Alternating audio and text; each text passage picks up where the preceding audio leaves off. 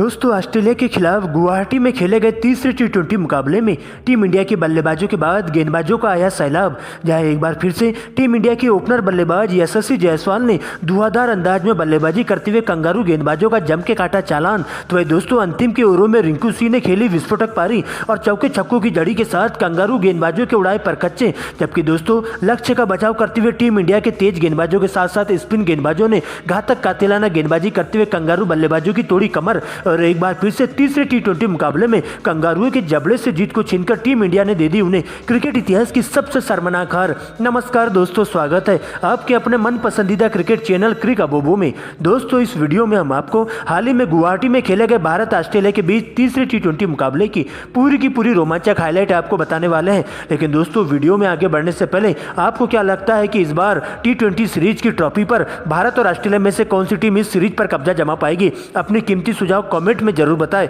Video पसंद आए तो इसे लाइक करिए और चैनल को सब्सक्राइब करना बिल्कुल भी ना भूलिए। दोस्तों जैसा कि आप सभी जानते हैं कि वर्ल्ड कप 2023 के खत्म होते ही भारत और ऑस्ट्रेलिया के बीच 5 टी20 मैचों की रोमांचक सीरीज खेली जा रही है। जहां दोस्तों पहला और दूसरा टी20 मुकाबले में टीम इंडिया ने अपने बल्लेबाजों और गेंदबाजों के शानदार प्रदर्शन की बदौलत कंगारुओं पर 2-0 की अजय बढ़त हासिल कर ली थी। ऐसे में दोस्तों सीरीज का तीसरा टी20 मुकाबला गुवाहाटी में खेला गया, जहां दोस्तों टीम इंडिया पहले 2 मुकाबले जीतकर सीरीज में इस मुकाबले को जीतकर कब्जा करना चाहती थी। जबकि दोस्तों कंगारू टीम इस सीरीज में बने रहने के इरादे से इस मुकाबले में उतरी थी, यानी कि शानदार कमबैक करना चाहती थी। ऐसे में दोनों ही टीमें इस तीसरे टी20 मुकाबले को हर हाल में जीतने के लिए साम दाम दंड भेद सब कुछ अपनाती हुई दिखाई दे रही थी। जहां दोस्तों टीम इंडिया की कमान एक बार फिर से सूर्य कुमार यादव के कंधों पर सौंपी गई थी। वही दोस्तों ऑस्ट्रेलिया के लिए मैथ्यू वेड कप्तानी करते हुए देखे गए थे। इसके बाद शाम 6:30 बजे मुकाबले में टॉस किया जाता है, सिक्का उछाला जाता है और सीधा टीम इंडिया के कप्तान सूर्य कुमार यादव के पक्ष में जाकर गिरता है। जहां सूर्या टॉस जीतकर पहले बल्लेबाजी करने का फैसला करते हैं और कंगारुओं को गेंदबाजी करने के लिए आमंत्रित किया जाता है। जहां दोस्तों इस मुकाबले में दोनों टीमों की फाइनल प्लेइंग 11 में कोई भी चेंजेस देखने को नहीं मिला था। दोस्तों इसके बाद टीम इंडिया के लिए पारी की शुरुआत करने के लिए ऋतुराज गायकवाड़ और यशस्वी जायसवाल मैदान पर आते हैं, जिनके कंधों पर टीम इंडिया को ठोस शुरुआत देने की जिम्मेदारी होती है। वही दोस्तों ऑस्ट्रेलिया के लिए पहले ओवर की गेंदबाजी करने तेज गेंदबाज मार्क स्टोइनिस आते हैं, जहां पहली ही गेंद पर शानदार कवर ड्राइव लगाते हुए 4 रनों से अपनी पारी की शुरुआत करते हैं। लेकिन दोस्तों इसी ओवर की अंतिम गेंद पर ऋतुराज गायकवाड़ भी फाइनल लेग की दिशा में एक जोरदार चौका जड़ देते हैं। जबकि दोस्तों नॉर्थन एलिस के दूसरे ओवर में मात्र 3 ही रन आते हैं, जहां दोस्तों कसी हुई गेंदबाजी करते हुए दोनों बल्लेबाजों को बिल्कुल भी हाथ खोलने का मौका नहीं देते हैं। लेकिन दोस्तों इसके बाद तीसरे ओवर में जैसे ही मैक्सवेल गेंदबाजी करने आते हैं तो यशस्वी जायसवाल का गुस्सा 7वें आसन पर दिखाई देता है, जहां 2 चौके और 2 डबल की मदद से इस ओवर में 12 रन बटोर लेते हैं। जबकि दोस्तों चौथे ओवर में एक बार फिर से एबर्ट के ऊपर से हावी होते हुए यशस्वी जायसवाल का बल्ला जम के गरजते हुए दिखाई देता है, जहां एबर्ट के इसी ओवर में 3 चौके और 2 गगनचुंबी छक्के लगाते हुए 24 रन बटोर लेते हैं।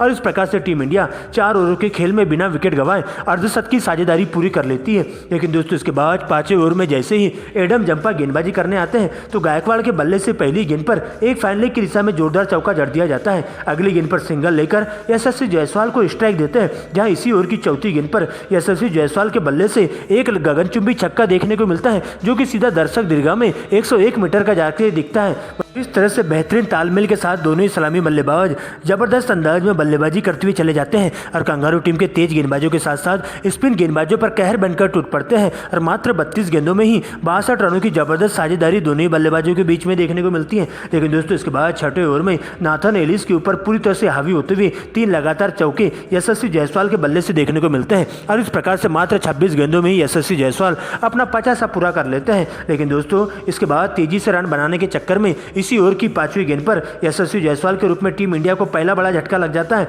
और इस प्रकार से दोस्तों पूरे 6 ओवरों की समाप्ति पर टीम इंडिया स्कोर बोर्ड पर 77 रन बना पाती है। लेकिन दोस्तों इसके बाद नए बल्लेबाज के रूप में टीम इंडिया के लिए बल्लेबाजी करने के लिए मौजूद हो जाते हैं ईशान किशन, जहां दोस्तों ऋतुराज गायकवाड़ के साथ मिलकर आगे का मोर्चा संभालते हुए दोनों ही बल्लेबाज काफी संभल कर बल्लेबाजी करते हुए चले जाते हैं, जहां अच्छी गेंदों को छोड़ते हुए खराब गेंदों पर बड़ा हिट मारना चालू कर देते हैं। और 9वें ओवर की पहली गेंद पर टीम डेविड के द्वारा सीमा रेखा के पास ईशान किशन का एक शानदार सा कैच छोड़ दिया जाता है, जहां पर दोस्तों मिले जीवनदान का फायदा उठाते हुए इसी ओवर की अंतिम 2 गेंदों पर बैक टू बैक 2 करारे चौके ईशान के बल्ले से देखने को मिलते हैं। जहां पर दोस्तों 10वें ओवर में ऋतुराज गायकवाड़ भी अपने हाथ खोलते हुए दिखाई देते हैं और एक छक्का और एक चौका लगाते हुए नॉर्थन एलिस की पूरी तरह से लाइन लेंथ बिगाड़ कर रख देते हैं। और 10 ओवर की समाप्ति पर ही टीम इंडिया 1 विकेट गंवाकर स्कोर बोर्ड पर 105 रन बना पाती है। लेकिन दोस्तों 11वें ओवर में एडम जंपा शानदार गेंदबाजी करते हुए देखे जाते हैं और कम खर्चीले साबित होते हुए मात्र 5 ही रन खर्च करते हैं। लेकिन दोस्तों 13वें ओवर में टी सांगा के घेर में एक बार फिर से दोनों बल्लेबाज 2 छक्के और 2 चौकों की मदद से 20 रन बटोर लेते हैं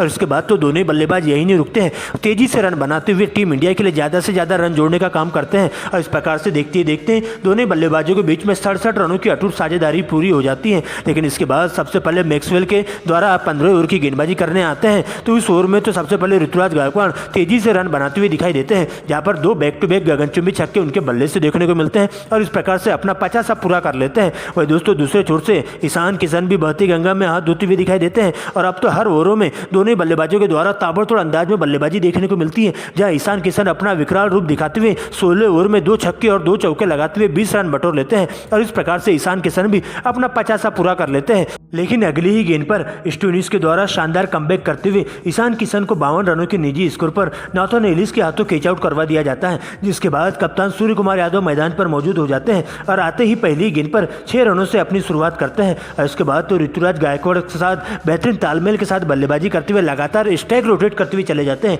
जहां पर दोस्तों तेजी से रन बनाते हुए सूर्या हर ओवरों में चौके छक्के लगाना चालू कर देते हैं। लेकिन इसी बीच 19 रनों के निजी स्कोर पर सूर्य कुमार यादव नाथन एलिस की गेंद पर स्टोइनिस के हाथों कैच आउट हो जाते हैं, जिसके बाद दोस्तों रिंकू सिंह की एंट्री होती है और इसके बाद तो रिंकू सिंह आते ही पहली गेंद पर फाइनल की दिशा में एक जोरदार छक्का जड़ देते हैं। वही दोस्तों ऋतुराज गायकवाड़ भी दूसरे छोर से तेजी से रन बनाना चालू कर देते हैं और देखते देखते टीम के स्कोर को 200 रनों के करीब पहुंचाने की पूरी कोशिश करते हैं। और यहां पर दोस्तों 18वें ओवर की अंतिम गेंद पर एक बार फिर से रिंकू सिंह के द्वारा एक जोरदार गगनचुंबी छक्का जड़ दिया जाता है। लेकिन दोस्तों हद तो तब पूरी होती है जब 19वें ओवर में रिंकू सिंह का बल्ला इस कदर से गरजता है कि चौके छक्कों की झड़ी देखने को मिलती है। लेकिन दोस्तों इसी बीच ऋतुराज गायकवाड़ तेजी से रन बनाने के चक्कर में 58 रनों के निजी स्कोर पर कैच आउट हो जाते हैं, जिसके बाद तिलक वर्मा मैदान पर आते हैं और अंतिम की 4 गेंदें उन्हें खेलने को मिलती है, जहां दोस्तों आते ही 2 छक्के और 2 चौके लगाते हुए 20 रन बटोर लेते हैं और इस प्रकार से पूरे 20 ओवरों के खेल में टीम इंडिया स्कोर बोर्ड पर 224 रन बना पाती है और कंगारुओं को इस मुकाबले में जीत हासिल करने के लिए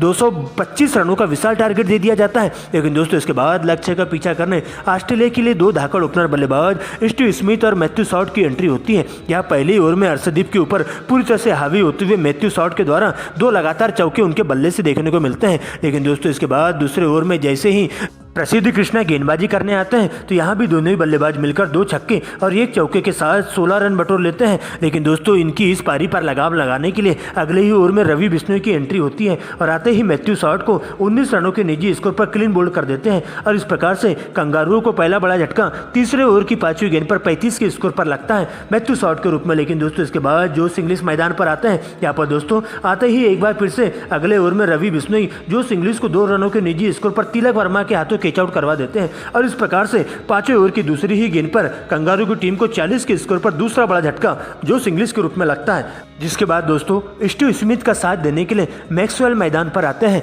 जहां पर दोस्तों एक छोर से स्टीव स्मिथ अंगद की तरह डटकर टीम इंडिया के गेंदबाजों का मुकाबला करते हुए चले जाते हैं। तो वही दोस्तों मैक्सवेल आते ही धुआंधार अंदाज में बल्लेबाजी करते हुए देखे जाते हैं और 5वें ओवर में मैक्सवेल के द्वारा 2 छक्के और 2 चौके जड़ते हुए टीम इंडिया के तेज गेंदबाज अर्शदीप की पूरी तरह से लाइन लेंथ बिगाड़ कर रख दी जाती है। वही दोस्तों 6वें ओवर में स्टीव स्मिथ के द्वारा भी तूफानी पारी खेली जाती है। लेकिन दोस्तों इसी बीच एक बार फिर से 7वें ओवर की 5वीं गेंद पर कंगारू टीम को तीसरा बड़ा झटका मैक्सवेल के रूप में लगता है, जहां दोस्तों 60 के स्कोर पर कंगारू टीम को तीसरा बड़ा झटका लग जाता है और मैक्सवेल के बल्ले से मात्र 12 रनों की पारी देखने को मिलती है। लेकिन दोस्तों इसके बाद स्टीव स्मिथ अभी भी डटकर मुकाबला करते हुए टीम इंडिया के तेज गेंदबाजों के साथ साथ स्पिन गेंदबाजों पर पूरी तरह से हावी होते हुए दबाव बनाने का काम करते हैं, जिनका साथ देने के लिए नए बल्लेबाज के रूप में टीम डेविड की एंट्री होती है। लेकिन दोस्तों स्टीव स्मिथ तेजी से रन बनाने के चक्कर में 20 रनों के निजी स्कोर पर प्रसिद्ध कृष्णा की गेंद पर सीमा रेखा के पास यशस्वी जायसवाल के हाथों कैच आउट हो जाते हैं और इस प्रकार से कंगारू की टीम को 65 के स्कोर पर चौथा बड़ा झटका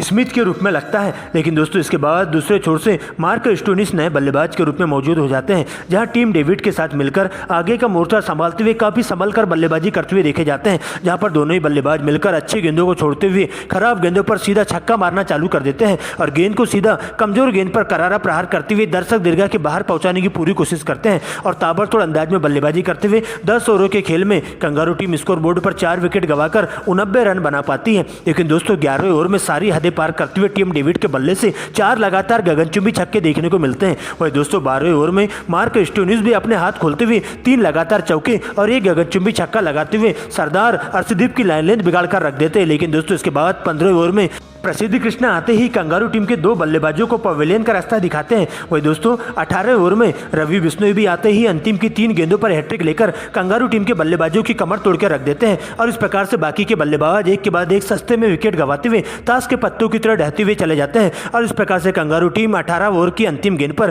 पूरी तरीके से 190 पर ही ऑल आउट हो जाती है और टीम इंडिया इस